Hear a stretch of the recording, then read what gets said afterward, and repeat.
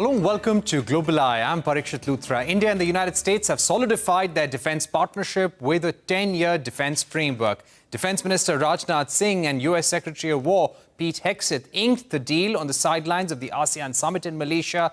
India's defense minister has termed the deal a signal of India's growing strategic convergence. Meanwhile, Hegseth said that ties with New Delhi have never been stronger. Top government sources have told CNBC-TV18 that this indicates progress in the defense partnership, which in turn shows that a trade deal may be around the corner. So what does this mean for both nations? Enhanced defense coordination, information sharing, technology cooperation. The agreement will also allow India and the US to co-produce, co-develop military infrastructure also in underwater domains. We're also likely to see more military exercises between India and the US as a result. When it comes to current acquisitions from the US, India is in talks with America to acquire P-8I military aircraft. Also in talks to acquire Javelin anti-tank missiles from US and Excalibur ammunition. Both Javelin and Excalibur ammunition orders are part of India's emergency procurements to replenish stocks after Operation Sindoor. So how will India's arsenal benefit from this framework? Let's listen in to our guests now. We're joined by former Indian diplomat Rakesh Sood and former Deputy Chief of Integrated Defence Staff, Lieutenant General Anil Ahuja. Gentlemen, thank you very much for joining us. Ambassador Rakesh Sood, what's your view? Is this a positive for the trade negotiations as well? We managed to renew the defence framework agreement, which is a 10-year pact, despite the fact that we've had very difficult trade negotiations. Does this show that a trade deal is on the horizon and we may finally reach a landing zone soon? I think that the trade deal, I would consider the trade deal done when it is both sides announce that it is ready for signature, because nothing is completed till it is actually completed and is ready for signature. The devil is always in the details. Insofar as the defense framework is concerned, look, this was signed for the first time in 2005.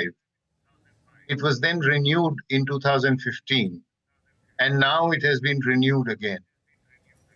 There is no denying the fact that during this period, US has emerged as a major defense partner from literally zero.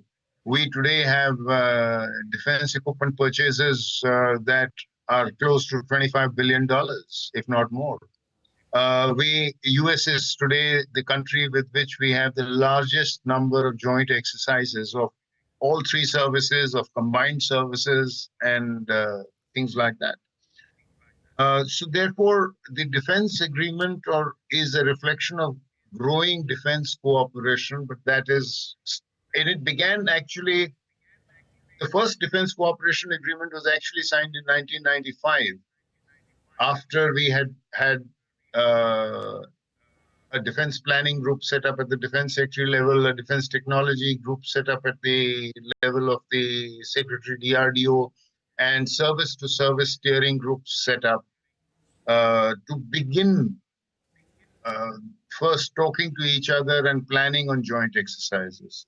So from there to now has been a long walk, as it were. But then defense relationships are relationships that don't go up and down as quickly as something like trade deals. I mean, trade deals, as we have seen particularly during the Trump years, have had a tendency of fluctuating very widely because of the manner in which he uses tariffs. Okay, General Ahuja, to ask you now. Right. I'm going to come back to you, sir. But General Ahuja, if I were to ask you, what real improvements are we expecting or you really hope for? Because, yes, our defense partnership, as Ambassador Sood said, has been growing since 2005. Since 2014, we've seen a series of enabling defense agreements between India and US, which have uplifted the partnership. But what's really missing? What more needs to be done? And does this new, renewed framework address that? Thank you, Parikshit. And Ambassador Sood has just recapitulated how we started in 1995, and successively 10 years lapse, we have moved forward. So, one, it is a continuation. Two, it is a consolidation of last 10 years, where we've achieved, where the momentum has been exceptionally strong, if I may say, that it was during the period 2015 till now, that is between these last two framework agreements, that we went in for all these LEMOA, COMCASA, BECA, Industrial Security Annex, STA1, Major Defense Partner. And over these four administrations, what has happened is that defense, in any case, defense is a field in which the cooperation comes under a lot many verticals. It's mill to mill cooperation, it's technology cooperation, it's trade cooperation, and it's defense industry cooperation. So what we've done is that during this period, we saw, and particularly during the last Biden administration, that besides the mill to mill cooperation, we moved along into a defense industrial roadmap, which was concluded in June 2023 during the then defense US Secretary of Defense visit. We have gone in a big way into technology cooperation and technology cooperation beyond defense. We had DTTI, which was in the field of defense per se, but then we went into ISET, which has now been christened as Trust. And under this, very significantly, we've had this IndusX, impact challenges, where we've been getting the innovators to come in field of underwater communication, detection of satellites in the space, and various other critical areas. So this framework consolidates what we have achieved so far, and it gives an indication that there are newer areas. Why I say newer areas?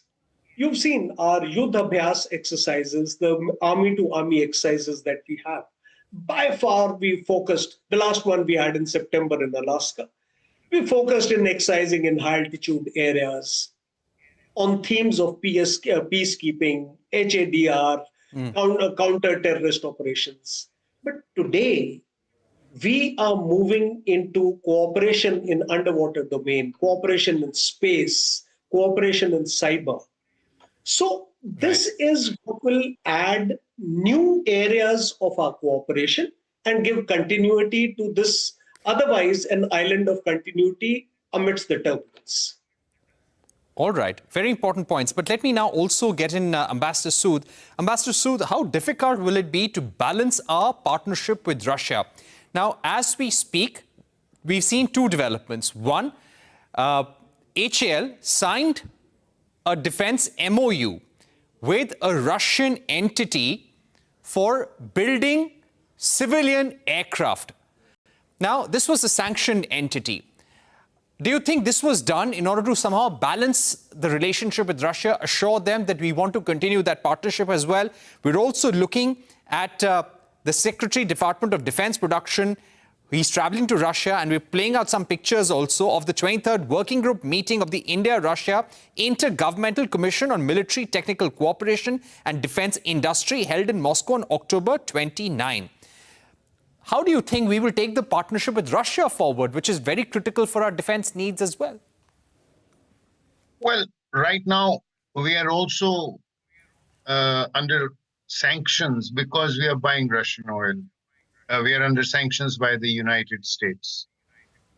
So clearly, which is the point I was making earlier, that just because we signed or renewed this 10-year framework agreement doesn't mean that we have turned the page insofar as India-US relationship is concerned. It doesn't mean that tomorrow it clears the way for signing of the new trade agreement or anything like that.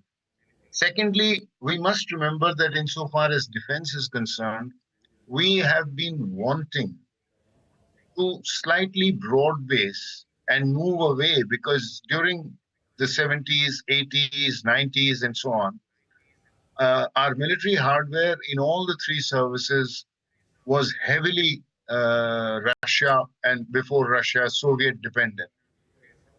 So in that sense, we wanted to make it a little more broad-based. To that, the government has also added the slogan of Atmanirbharta and trying to develop our own manufacturing capabilities.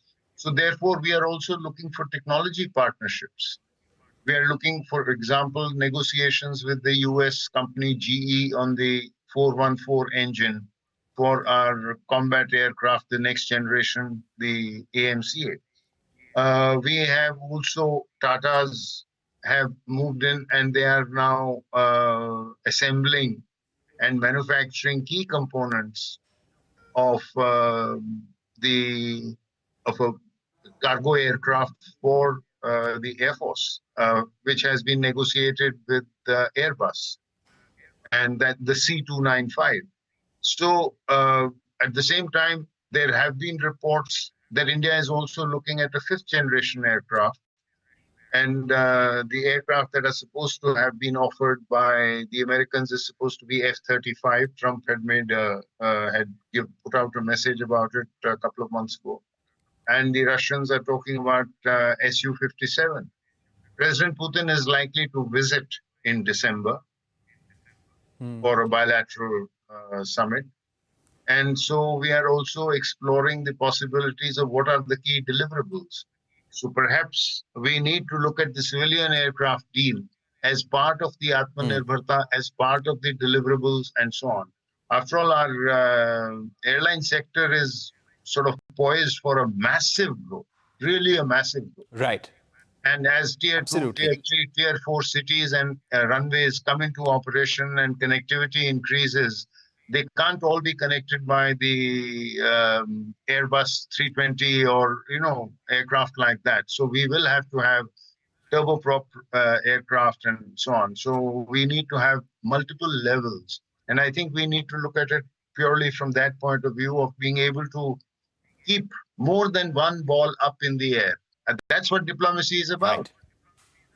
Absolutely. Let me get in General Ahuja as well. General Ahuja, how real is the threat of sanctions on Russian companies which supply major defense equipment? For example, the supplies of the remaining S-400 equipment and consignments has to take place in 2026. What if the US were to sanction all of that? What kind of a situation would that really create? And why do you think in the case of a civilian aircraft, HAL has inked a MOU with UAC, a Russian aircraft, which is under both US and European sanctions?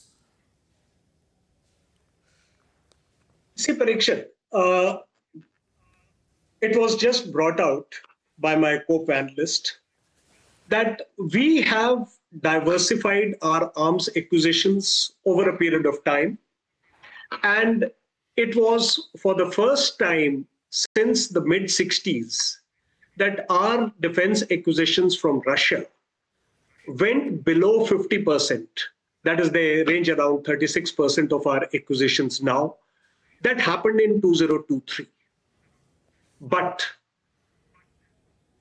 we are definitely not changing one dependency for another dependency. We have, till the time we become Atmanirbhar, we have defense dependencies, now largely distributed between Russia, between France, Israel, and our own acquisitions, our own indigenization. And the US share by far has remained 11%, 12% or so. Now, so our Russia relationship is there to stay.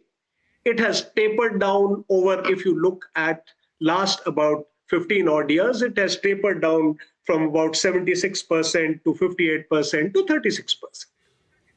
Now, as far as this particular SJ-100 inking of this deal is concerned, now USC has been under sanctions right from 2018 onwards. You would know that they were strengthened during the period 2020, 2022.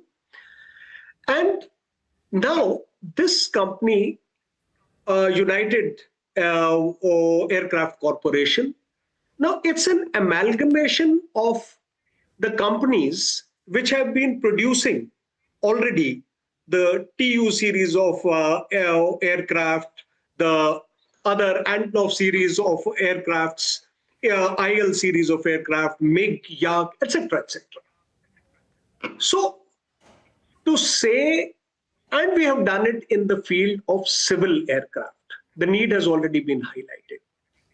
So the question is, we are calibrating it, we are diversifying our basket, but we know where are the criticalities. And after the CAATSA sanctions were waived, I don't see US going into so much of a restriction on these aspects, because that will really hit the foundation of our relationship. I don't see that happening. It shouldn't happen if the US is prudent in this part.